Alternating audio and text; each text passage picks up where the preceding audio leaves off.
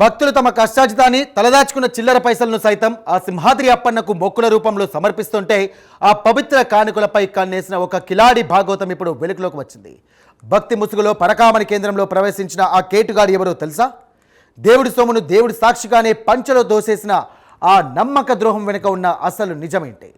సేవా పేరుతో వచ్చినటువంటి స్వామివారి హుండీకే కన్నం వేయాలని చూసిన ఆ ముసలి దొంగ ప్లాన్ ఎలా రివర్స్ అయింది? ఇప్పుడు తెలుసుకుందాం.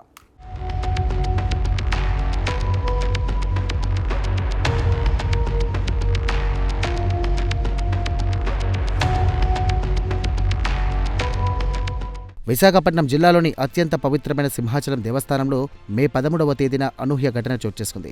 సింహగిరిపై పరకామణి కేంద్రంలో హుండీ ఆదాయం లెక్కింపు కార్యక్రమం అత్యంత కట్టుదిట్టమైన భద్రత మధ్య ప్రారంభమైంది. దేవస్థానం అధికారులు, సిబ్బందితో పాటు పలు ఆధ్యాత్మిక స్వచ్ఛంద సేవా సంస్థలు సభ్యులు కూడా ఈ లెక్కింపు ప్రక్రియలో పాల్పంచుకున్నారు. ఇందులో భాగంగానే గాజువాక ప్రాంతానికి చెందిన రాంబాబు అనే వ్యక్తి శ్రీహరి సేవా సంఘం తరపున లెక్కింపు విధులకు హాజరయ్యాడు. అందరిలాగే భక్తిభావంతో పవిత్ర కార్యాలయంలో పాల్గొంటున్నట్లు నటించిన ఈ వృద్ధుడి మనసులో మాత్రం మరో ప్లాన్ నడుస్తోంది. హుండీలోని కరెన్సీ నోట్ల కట్టలను చూసిన రాంబాబుకు ఆధ్యాత్మికత పోయి అరాచకం తలకెక్కింది. అందరూ లెక్కింపులో బిజీగా ఉన్న సమయంలో ఎవరు చూడడం లేదని భావించి అతి చాకచక్యంగా నోట్లను కాజేయడం మొదలుపెట్టాడు. కానీ అక్కడ కాపలాగా ఉన్న ఎస్పీఎఫ్ సిబ్బందికి అతని కదలికల మీద అనుమానం కలిగింది.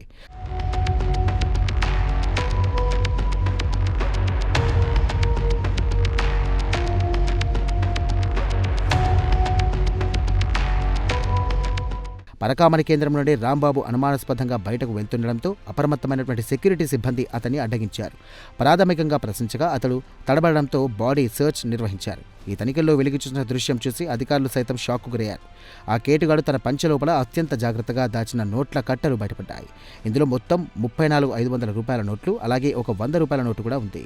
దేవుడి సొమ్మును కాజేసేందుకు ముసలితనంలో కూడా ఇంతటి తెగింపు ప్రదర్శించిన తీరు చూసి భక్తులు విస్మయం వ్యక్తం చేస్తున్నారు. ఈ చోరీ ఘటనపై దేవస్థానం ఈవో జల్లేపల్లి వెంకటరావు వెంటనే స్పందించారు. డిప్యూటీ ఈవో సింగం రాధా ఫిర్యాదు మేరకు గోపాలపట్నం పోలీసులు నిందితుడిని అదుపులోకి తీసుకొని కేసు నమోదు చేశారు.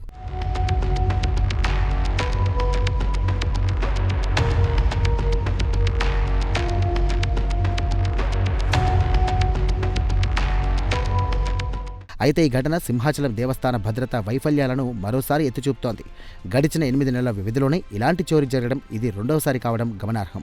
గత ఏడాది సెప్టెంబర్లో కూడా హుండీ సొమ్ము లెక్కింపులో ఒక శాశ్వత ఉద్యోగి, మరో పొరుగు సేవల ఉద్యోగి కలిసి అపచారానికి పాల్పడ్డారు. అప్పట్లో అధికారుల పర్యవేక్షణ లోపమే కారణమని విమర్శలు వచ్చినా ఇప్పుడు మరోసారి సేవా సంస్థ సభ్యుడు చేతివాటం ప్రదర్శించడం అధికారుల నిర్లక్ష్యానికి చాటుతోంది. ప్రస్తుతం టెక్నాలజీ ఎంతో డెవలప్ అయినప్పటికీ పరకామణి వంటి సున్నితమైనటువంటి ప్రదేశాల్లో కంటిన్యూస్ మానిటరింగ్ లేకపోవడం పెద్ద మైనస్గా మారింది.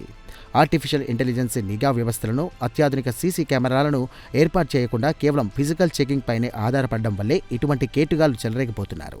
భక్తుల నమ్మకాన్ని వమ్ము చేస్తున్న ఇలాంటి అక్రమార్కులపై కఠిన చర్యలు తీసుకోవాలంటూ స్థానికులు డిమాండ్ చేస్తున్నారు.